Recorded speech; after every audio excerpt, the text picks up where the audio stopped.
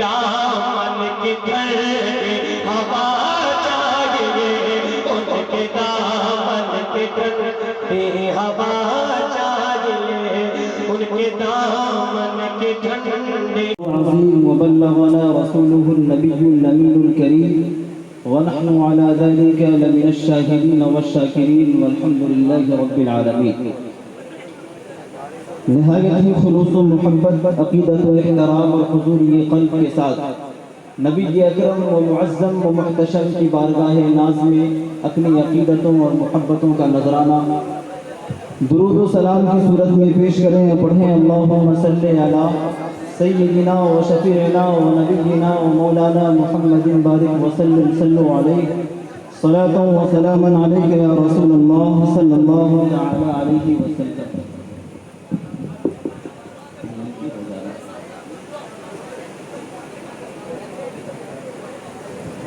اللہ رب العزت کا بے پناہ شکر و احسان ہے کہ اللہ رب العزت ہمیں بار بار ایسی محفلیں عنایت فرماتا ہے تاکہ ہم ایسی محفلوں میں بیٹھ کر اللہ و رسول کی محبت میں سرشار ہو کر ہم کچھ دین کی باتوں کو سماعت کریں اور سماعت کرنے کے بعد اس کو اپنی زندگی میں فالو کرنے کی کوشش کریں. ہمیں اللہ کی صرف اس نعمت پہ ہم جتنا شکر ادا کریں، ہم پوری زندگی شکر ادا کرتے رہ جائیں گے، پھر بھی اللہ کا شکر ادا نہیں ہوگا. اور آپ اس بات کو بھی ذہن نشین کر لیں کہ اللہ کی کوئی نعمت ہو، چاہے وہ چھوٹی نعمت ہو چاہے وہ بڑی نعمت ہو، اگر ہم اللہ کا شکر ادا کرتے ہیں تو ایسا نہیں کہ اللہ کے درجے میں یا رسول اللہ کے درجے میں اضافہ ہوتا ہے، بلکہ شکر ہم ادا کرتے ہیں اور اللہ تعالیٰ اس شکر کے بدلے میں ہمارے درجات میں اضافہ فرماتا ہے. تو اس نیت کے ساتھ ہم اللہ کا شکر ادا کریں کہ ہو سکتا ہے اس شکر کے بدلے میں اللہ تعالیٰ ہماری زندگی سے مصیبت کو اکھاڑ پھینکے اور خوشیاں عنایت فرمائے. تو جب بھی ہمیں کوئی چھوٹی نعمت ملے یا بڑی نعمت ملے، ہمیں ہر لمحہ، ہر سانس، ہر منٹ، ہر سیکنڈ، ہر گھنٹہ، ہر ہفتے، ہر دن یا پورے سال میں ہمیں جو جشن عید میلاد النبی کی نعمت ملتی ہے، ہم پوری زندگی اس نعمت کا شکر ادا کرتے رہیں. ہو سکتا ہے اسی شکر کے بدلے میں کل قیامت کے دن ہمیں حضور کا شفاعت نصیب ہو جائے. میں نے جس آیت کریمہ کی تلاوت کی ہے، میں زیادہ چلاتا نہیں ہوں، صرف میں سمجھانے کی کوشش کرتا ہوں. آپ یہ مت سوچئے گا کہ امام صاحب اگر چلائیں گے تو میں سبحان اللہ کہوں گا، اور میں کسی کو سبحان اللہ کہنے کے لیے بھی نہیں کہتا. آپ غور سے سنیں، اگر اچھا لگے تو سبحان اللہ کہیے اور نہ اچھا لگے تو خاموش رہیے. اللہ رب العزت کے اس آیت کے ٹکڑے پہ گفتگو کرنے سے پہلے میں نبی اکرم صلی اللہ علیہ وسلم کی بارگاہ میں کچھ نعت کے مصرعے پڑھنا چاہتا ہوں، اسے سماعت کریں. کسی شاعر نے کہا کہ دلوں سے غم مٹاتا ہے محمد نام ایسا ہے صلی اللہ علیہ وسلم. دلوں سے غم مٹاتا ہے محمد نام ایسا ہے، نگر اجڑے بساتا ہے محمد نام ایسا ہے. دلوں سے غم مٹاتا ہے محمد نام ایسا ہے، نگر اجڑے بساتا ہے محمد نام ایسا ہے. آگے شاعر کہتا ہے کہ انہی کے نام سے پائی فقیروں نے شہنشاہی. یا رسول اللہ تیرے ہی نام سے پائی فقیروں نے شہنشاہی، خدا سے بھی ملاتا ہے محمد نام ایسا ہے. نبی اکرم کا نام لینے سے یا ان کے جشن عید میلاد النبی پہ شکریہ ادا کرنے سے انسان فقیر سے امیر نہیں بنتا ہے، بلکہ فقیر سے وہ شہنشاہ بن جاتا ہے، اور شہنشاہی نہیں بنتا بلکہ ایک ادنا انسان کو رسول اللہ کی محبت خدا سے ملا جاتی ہے. تو شاعر کہتا ہے کہ تیرے ہی نام سے پائی فقیروں نے شہنشاہی، خدا سے بھی ملاتا ہے محمد نام ایسا ہے. اور اگر آپ ایمان والے ہیں اور اگر آپ کو حضرت یعقوب علیہ السلام اور یوسف علیہ السلام کا واقعہ معلوم ہے تو اس واقعے کو اپنے ذہن میں رکھیں اور اس شعر کو سنیں. میں واقعہ آپ کو نہیں بتاؤں گا کیونکہ وقت مجھے کم ملا ہے. شاعر کہتا ہے کہ کوئی یعقوب سے پوچھے، یعقوب علیہ السلام کوئی یعقوب سے پوچھے کہ یوسف مل گئے کیسے، کوئی یعقوب سے پوچھے کہ یوسف مل گئے کیسے، یہ بچھڑوں کو ملاتا ہے محمد نام ایسا ہے. کوئی یعقوب سے پوچھے کہ یوسف مل گئے کیسے، یہ بچھڑوں کو ملاتا ہے محمد نام ایسا ہے. آگے بڑھتے ہوئے ایک شاعر گزرا ہے جسے ہم اختر شیرانی کے نام سے جانتے ہیں. ان کے نعتیہ اشعار کو سنانے سے پہلے میں آپ کو بتا دوں کہ اختر شیرانی کیسا شاعر ہے. اختر شیرانی جب بھی کسی مجلس میں اسٹیج پہ چڑھتا تو وہ ہمیشہ شراب کے دھن میں مست رہتا تھا، اور جب بھی وہ مائک پکڑتا تو ہمیشہ یعنی وہ اتنا شراب نوشی کرتا تھا کہ ہمہ وقت اس کے ہاتھ میں شراب کی بوتل ہوا کرتی تھی. ایک مجلس میں وہ گیا اور شراب کی بوتل لے کے اس نے مائک پہ کھڑا ہوا اور اس نے کہا کہ تم دنیا کے کسی بھی انسان کا نام لے لو، میں اس کے برائی میں شعر کروں گا. اس نے کہا کہ دنیا کے کسی بھی انسان کا نام لے لو، میں اس کے برائی میں شعر کہوں گا. ہوا یوں کہ لوگ کھڑے ہوتے گئے اور لوگوں کا نام لیتے گئے، وہ برائیوں میں شعر، ان کی مدح سرائی میں نہیں بلکہ ذم سرائی میں وہ شعر کہتا گیا. ایک شخص جو پیچھے بیٹھا تھا وہ کہتا ہے محمد، وہ کہتا ہے محمد، یعنی وہ کتنا بدبخت تھا. وہ جیسے ہی محمد صلی اللہ علیہ وسلم کا نام لیتا ہے تو اختر شیرانی اسے پیچھے گھوم کے دیکھتا ہے اور پھر کسی دوسرا شخص نام لیتا ہے، پھر وہ کسی اور کی برائی میں لگ جاتا ہے. کچھ دیر کے بعد پھر وہی شخص جو پچھلے مرتبہ محمد کا نام لیا تھا وہ پھر کہتا ہے محمد. اختر شیرانی پھر پیچھے مڑ کے دیکھتا ہے اور اسے ڈھونڈ کے دیکھتا ہے. اس کے بعد پھر کوئی تیسرا شخص پھر کسی شخص کا نام لیتا ہے. وہ اختر شیرانی پھر برائی میں یا برائی کے شعر میں مست ہو جاتا ہے. کچھ دیر کے بعد جب تیسری مرتبہ وہی بدبخت ہمارے پیارے نبی جناب محمد رسول اللہ کا نام لیتا ہے تو اختر شیرانی گھور کے نہیں دیکھتا بلکہ اپنی شراب کی بوتل کو میک توڑتا ہے اور وہ بوتل کو اس کے پیٹ میں گھسیڑتا ہے اور کہتا ہے بدبخت، میں شراب کے نشے میں تو مست رہتا ہوں لیکن اتنا بھی مست نہیں رہتا ہوں کہ میں نبی کی عظمت میں برا کہنے لگوں. میں اتنا بھی مست نہیں رہتا ہوں کہ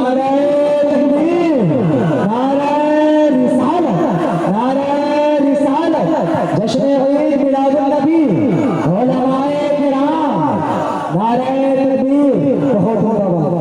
اختر شیرانی کہتا ہے کہ اے بدبخت، تو جس شخص کا نام لے رہا ہے میں شراب کے نشے میں تو رہتا ہوں لیکن اتنا مست نہیں رہتا ہوں کہ نبی کے محبت کو بھول جاؤں اور ان کی برائی میں شعر کہنے لگوں. تو جب ایک شرابی نبی کے محبت میں ہر دم سرشار رہتا ہے تو جو ایمان والا ہو، جو شراب نوشی نہیں کرتا ہو، وہ نبی کی محبت میں کتنا سرشار رہتا ہوگا. تو ایسا شاعر نے، اور یہ بھی میں آپ کو بتا دوں کہ اگر آپ اختر شیرانی کے تعلق سے آپ نعت کے اشعار سرچ کریں گے تو آپ کو ایک ہی نعت ملے گا جو میں آپ کو کہنے جا رہا ہوں، اور آپ اس کو سنیں اور اس بندے نے اختر شیرانی نے کیسے اشعار کہے ہیں نبی اکرم صلی اللہ علیہ وسلم کے حوالے سے، آپ کے ایمان تازہ ہو جائیں گے. اختر شیرانی کہتا ہے کہ یا رسول اللہ، مسند نشین عالم امکان تمہیں تو ہو، مسند نشین عالم امکان تمہیں تو ہو، اس انجمن کی شمع فروزہ تمہیں تو ہو. مسند نشین عالم امکان تمہیں تو ہو، اس انجمن کی شمع فروزہ تمہیں تو ہو. اور یا رسول اللہ، دنیائے ہر بود کی زینت تمہیں سے ہے. یا رسول اللہ، یہ دنیا نہیں بھی آئی، وہ تمہارے لیے آئی ہے، اور یہ دنیا چلی جائے گی، وہ بھی تمہارے لیے جائے گی. شاعر کہتا ہے کہ دنیائے ہر بود کی زینت تمہیں سے ہے، دونوں جہاں کے والی و سلطان تمہیں تو ہو، دونوں جہاں کے والی و سلطان تمہیں تو ہو. اور سب سے اس کلام کا سب سے پیارا شعر اختر شیرانی کہتا ہے یا رسول اللہ تم کیا ملے کہ دولت ایمان ملی ہمیں، یا رسول اللہ تم کیا ملے کہ دولت ایمان ملی ہمیں، ایمان کی تو یہ ہے کہ ایمان تمہیں کو ہو، تم کیا ملے کہ دولت ایمان ملی ہمیں، ایمان کی تو یہ ہے کہ ایمان تمہیں کو ہو۔ اس شعر کو رکھیے میں آپ کو سمجھانا چاہتا ہوں کہ اختر شیرانی نے کیا کہا کہ ایمان کی تو یہ ہے کہ ایمان تمہیں کو ہو۔ اگر اختر شیرانی یہ بھی کہتا کہ ایمان تم سے ہے، ایمان تم سے ہے تو غلط نہیں ہوتا، لیکن اختر شیرانی کیا کہتا ہے ایمان تم سے نہیں ہے بلکہ سراپا تمہاری ذات ایمان ہی ہے۔ اگر کوئی یہ کہہ دے کہ رسول اللہ صلی اللہ علیہ وسلم سے ایمان کا سرچشمہ پھوٹا ہے تو کوئی غلط نہیں ہوگا، لیکن اختر شیرانی نے یہ نہیں کہا کہ ایمان تم سے ہے بلکہ یا رسول اللہ سراپا تمہاری ذات ایمان ہے۔ اور اسی کو علامہ اقبال نے کہا اپنے کہ بمصطفیٰ برسا خیش راکی دی ہماؤں، اسی طرز کو علامہ اقبال نے اپنے سانچے میں ڈھال کے کہا، فارسی زبان میں کہا کہ بمصطفیٰ برسا خیش راکی دی ہماؤں، اگر بہو نہ رسیدی تمام بولہبی۔ جو شخص فارسی جانتے ہوں گے، علامہ اقبال کہتے ہیں بمصطفیٰ برسا، اپنے آپ کو نبی اکرم صلی اللہ علیہ وسلم کے ساتھ منسلک نبی اکرم صلی اللہ علیہ وسلم کی بارگاہ میں پہنچاؤ، کیوں کہ دی ہماؤس، اگر علامہ اقبال یہ کہتے کہ دی ازعوس کہ دین ان سے ہے تو کوئی غلط نہیں ہے، دین ازعوس دین ان سے ہے تو کوئی غلط نہیں ہوتا، لیکن علامہ اقبال کی محبت اور محبت رسالت کو قربان جائیے، وہ یہ نہیں کہتا کہ یا رسول اللہ دین تم سے ہے بلکہ وہ کہتے ہیں کہ بمصطفیٰ برسا خیش راکی دی ہماؤں، کہ اے لوگوں نبی کے کلمہ پڑھنے والوں، اگر تم چاہتے ہو کہ نبی کی محبت میں سرشار ہو تو اس دنیا سے جاؤ تو اپنے آپ کو نبی تک پہنچاؤ، کیونکہ نبی سے دین نہیں بلکہ سراپا دین نبی، بلکہ نبی کی پوری زندگی دین ہے، دین سے ان سے نہیں ٹوٹا ہے بلکہ اللہ نے پورا دین بنا کر ہی نہیں بھیجا ہے۔ پھر علامہ اقبال آگے کہتے ہیں کہ اگر تمہاری بدنصیبی ہے اس کائنات میں، اگر تم اپنے آپ کو رسول اللہ کی بارگاہ میں نہیں پہنچا پاتے ہو تو کیا ہوگا؟ تو علامہ اقبال کہتے ہیں اگر بہو نہ رسیدی تمام بولہبی، اگر تمہاری قسمت بیکار ہے اور تم اس کائنات میں نبی کی رحمت صلی اللہ علیہ وسلم کی امتی میں پیدا ہو کر بھی نبی کی محبت کو نہیں پہچان سکے، اپنے آپ کو رسول کی سیرت سے نہیں جوڑ سکے، نبی کی محبت سے اپنے آپ کو سرشار نہیں کر سکے، تو یاد رکھو تم دنیا کی ساری چیزیں پا سکتے ہو لیکن وہ ساری چیزیں بیکار ہو جائیں گی، برباد ہو جائے گا۔ اگر تم چاہتے ہو کہ یہ دنیا بھی کامیاب ہو اور آخرت بھی کامیاب ہو تو تم کچھ نہ کرو بلکہ نبی کی محبت کو اپنے سینے میں ڈال لو، ساری چیزیں اور ساری کائنات کی چیزیں تمہیں مل جائے گی۔ علامہ اقبال نے اس کو بھی سمجھایا ہے، میں زیادہ ترجمہ نہیں کروں گا، میں نے جس آیت کریمہ کی تلاوت کی ہے بس اس کو میں سمجھانے کی کوشش کروں گا اور آدھے گھنٹے کا مجھے وقت ملا ہے۔ علامہ اقبال، اور آپ غور سے سنیں کہ علامہ اقبال نے کیسے اپنے درد کو نچھاور کیا ہے، اور میں یہ بھی بتا دوں آپ کو کہ علامہ اقبال وہ ویسے پہلے وہ ہندوستان اور پاکستان کے رہنے والے تھے، لیکن جب وہ اپنے شہر کو چھوڑ کے جب وہ یورپ گئے اور انگلش کنٹری کا انہوں نے دورہ کیا اور جب وہاں سے وہ لوٹے تو انہوں نے اپنے ماننے والوں کو کیا بتایا؟ انہوں نے یہ بتایا کہ عرب یورپ والے جو ہے تمہارے حوالے سے کیا سوچتے ہیں۔ انہوں نے کہا کہ ان کی سوچ کیا ہے اور وہ اسلام کے تعلق سے اور ایمان والوں کے تعلق سے یورپ کے لوگوں کا اور انگلش کنٹری میں رہنے والے لوگوں کی کیا سوچ ہے۔ انہوں نے شعر میں ان کی سوچ کو اور ان کی فکر کو اجاگر کیا ہے۔ علامہ اقبال کہتے ہیں کہ وہ فاقہ کش کہ موت سے ڈرتا نہیں ذرا، اب ہر مسئلے کو غور سے سنیں۔ وہ کہتے ہیں کہ زبان تو میری ہے لیکن یہ سوچ یورپ والوں کی ہے۔ علامہ اقبال کہتے ہیں کہ وہ فاقہ کش کہ موت سے ڈرتا نہیں ذرا، روح محمد اس کے بدن سے نکال لی۔ کہتے ہیں کہ جو ایمان والے ہیں وہ فاقہ کش، وہ بھوک سے بھی نہیں ڈرتے اور اپنی جان کی بھی پرواہ نہیں کرتے. وہ فاقہ کش کہ موت سے ڈرتا نہیں ذرا، روح محمد اس کے بدن سے نکال لو. اور آگے کہتے ہیں کہ فکر عرب کو دیکھے عجم کے تصورات، اسلام کو حجاز و یمن سے نکال دو. عرب والوں کی یعنی یورپ والوں کی سوچ یہ ہے. علامہ اقبال کہتے ہیں کہ اگر تم چاہتے ہو کہ عرب کی دھرتی پہ محمد رسول اللہ نے جو ایمان کا اور اسلام کا پرچم لہرایا تھا، اگر تم چاہتے ہو کہ عرب والوں کے دلوں سے ایمان کو ختم کرنا چاہتے ہو تو قتل نہیں کرنا ہے، جنگ نہیں کرنی ہے، بلکہ صرف ایک کام کرنا ہے کہ ہمارے جو تصورات ہیں، ہمارے جو کلچر ہے وہ عرب کے اندر پیدا کر دو. ان کے اندر سے حب نبی نکال دو، وہ کھوکھلے ہو جائیں گے، تم جیسے موڑنا چاہو گے وہ مڑ جائے گا. تو علامہ اقبال کہتے ہیں کہ کچھ نہیں کرو بلکہ فکر عرب کو دیکھ کے عجم کے تصورات، فکر عرب کو دیکھ کے عجم کے تصورات، اسلام کو حجاز و یمن سے نکال دو. تو پہلے سب سے پہلا کام کیا ہونا چاہیے کہ اپنے اندر نبی کی محبت پیدا کریں، اس کے بعد سارا کام کریں.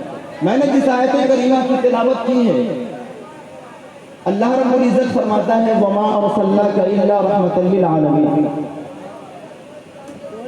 اے نبی مکرم صلی اللہ علیہ وسلم، وَمَا أَرْسَلْنَاكَ إِلَّا رَحْمَةً لِّلْعَالَمِينَ، کہ ہم نے آپ کو نہیں بھیجا ہے مگر سارے عالمین کے لیے، پوری کائنات کے لیے رحمت بنا کر. آپ اس آیت کے ترجمے میں دیکھیں تو اللہ رب العزت نے کیا کہا کہ اے نبی مکرم، ہم نے آپ کو نہیں بھیجا ہے، صرف اور صرف پوری کائنات کے لیے رحمت بنا کر بھیجا ہے. آپ یہ بھی دیکھیں کہ اس آیت جو ہے عربی لفظ ہے، لیکن اس عربی لفظ کے اندر ہر لفظ کا ترجمہ ہو رہا ہے لیکن رحمت کا ترجمہ نہیں ہوتا. وما ارسلناک، ہم نے آپ کو نہیں بھیجا، الا مگر رحمت للعالمین، پوری کائنات کے لیے رحمت بنا کر. تو اس آیت کے ٹکڑے میں ہر لفظ کا ترجمہ ہوا لیکن رحمت کا ترجمہ نہیں ہوا. تو ہمیں جاننے کی یہ کوشش ہونی چاہیے کہ ہم ہر لفظ کا معنی تو سمجھ گئے لیکن رحمت کا معنی کیا ہے.